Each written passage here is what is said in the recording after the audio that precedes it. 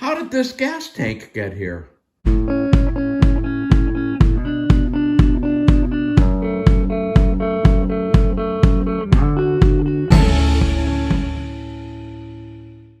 Welcome to Robert's British Cars. This is part 9 in the restoration of the 1952 MGTD.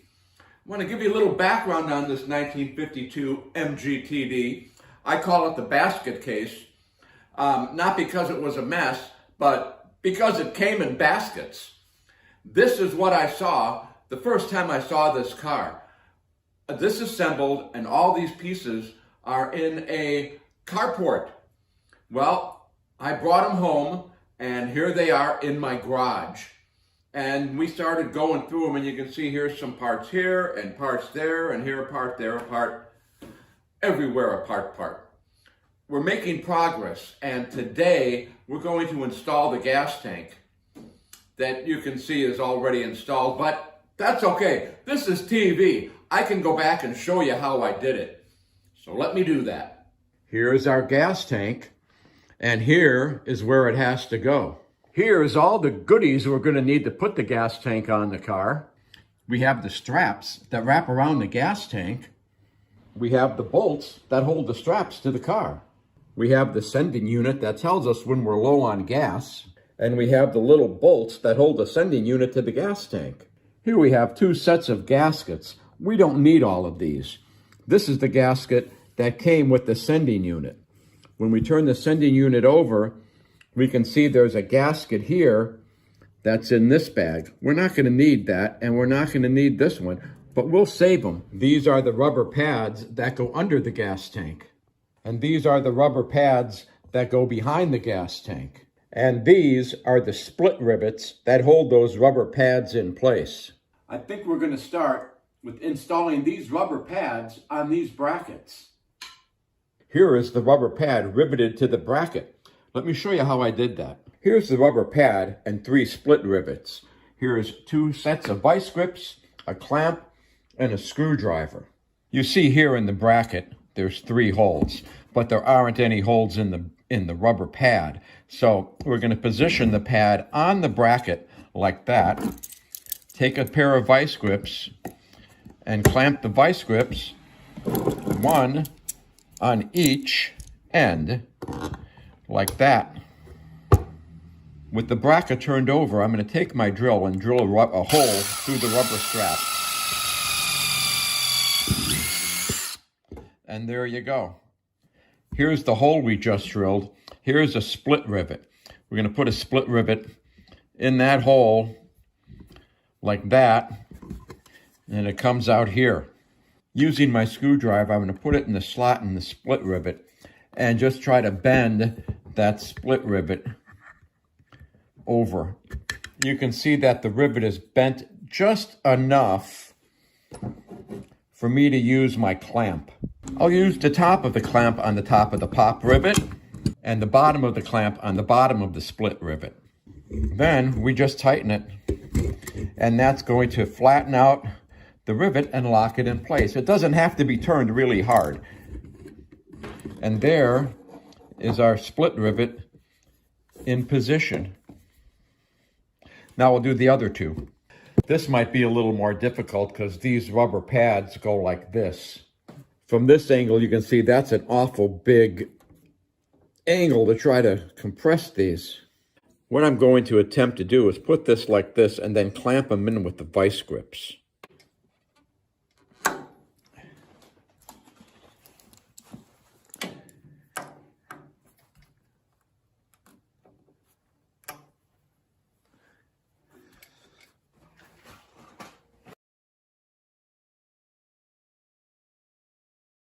Here on the back of the gas tank is where we install the sending unit for the low fuel light.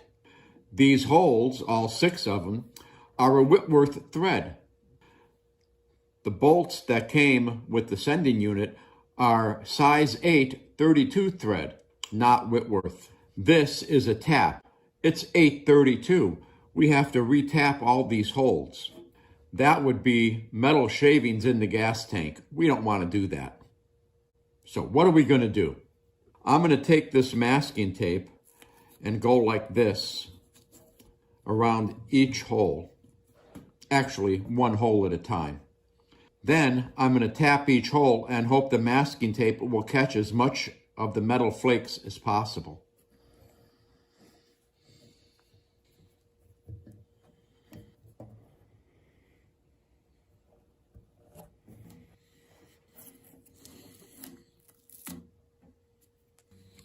Metal shavings.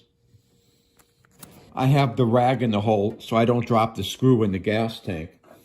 But our 832 screw goes in very nicely. Well, I've got to be honest with you. I don't think that these were Whitworth thread. I think they were full of paint, because now they're all cleaned out. I got more paint than I got metal. So they were probably 832s all along. I can hear all of you out there asking, what does it look like inside the gas tank? Well, there you go. Looks pretty new in there. You're probably wondering, how does this go in the gas tank? Well, it goes like that, and I'm going to go out on a limb and say, right here where it says top, probably goes up. With all the little holes lined up, we'll get a screw, a nylon washer, and that will do it. I've got all the screws in, and they're all nicely snugged up. If anybody ever asks, how tight do these have to be? Well, it's a cork gasket. They don't have to be very tight. If they were supposed to be really tight, it would have come with torque settings. Time to put on the brackets. This is not all that difficult. On the back side here, there are T-nuts. So we just got to put the screw in there and tighten them down.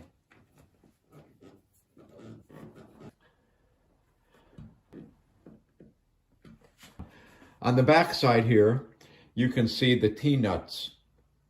And on the front side, you can see that our brackets are in position and we're ready to try to put the gas tank in. This right here is where that rubber pad sits. Here is the rubber pad. So this is going to hug the frame on both sides. Once again, this would be one of those times where it'd be nice to have a helper.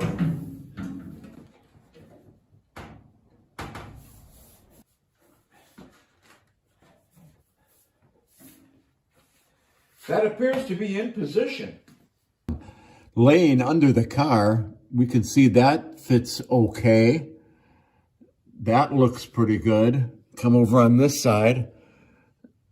That one looks nice. Our sending unit is in place, and it says top on top. And this pad looks good. Okay, let's bolt this puppy down. The gas tank is in place. We have to bolt it down. Let's see how difficult I can make this. This is a strap. It goes through that hole there, lines up here. We have a piece of rubber that goes like this, and then all of this hinges up, and these holes grab the bolts coming through there. How hard can this be? As I push these bolts through here, I'm reminded on the TF, there's vinyl over this wood, and the bolts are on top of the vinyl. So the probability is high that I'll be redoing this at some point down the line. Weldwood contact cement, good stuff. I applied it to the straps here to hold the rubber in place, so that's not flopping around when I try to lift it up. Okay, let's see what happens here.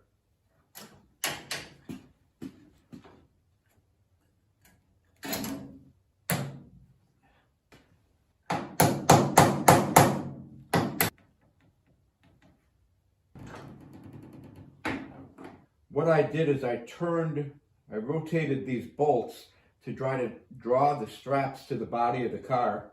Now I'm going to try to lift up the spare tire bracket and set it on the bolt without pushing the bolts back through the wood.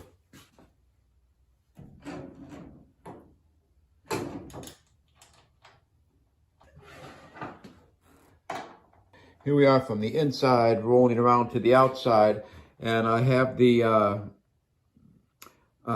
cap nuts, acorn nuts, whatever we want to call those nuts, on down to the bottom, over, up the other side.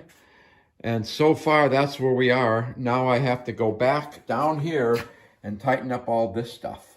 Here we are under the car. You can see that these straps got a ways to go before they're snug. The pinch bolt, we'll tighten that, and then we'll snug up these other two pinch bolts. All our bolts are pinched, and the gas tank is affixed to the body. I can't put these on yet because I don't have the acorn bolts that hold them on. But we'll put those on as soon as the bolts come in the mail. And now it's time for my favorite part of the show. How much did we spend so far? Here we go. Acorn nuts. They just arrived in the mail. $35.96. Gas cap seal, $3.49. Radiator cap seal, $2.99. Clutch return spring. That goes right there. When it gets here, it'll be $17.49. Fuel tank pad set, $25.99. Okay, did you add all that up? Don't worry, I did it for you. At the beginning of this episode, we were at $11,735.61. In this episode, we spent $85.92. That brings our total for the restoration of the 1952 MGTD so far to $11,821.53. There you go. So, if you want to follow along with the restoration of this 1952 MGTD or the 1964 MGB Roadster, subscribe to Robert's British Cars. Next time, I think we're going to be doing the floorboards in the TD, or maybe the carburetors. Tune in and find out. We'll see you next time.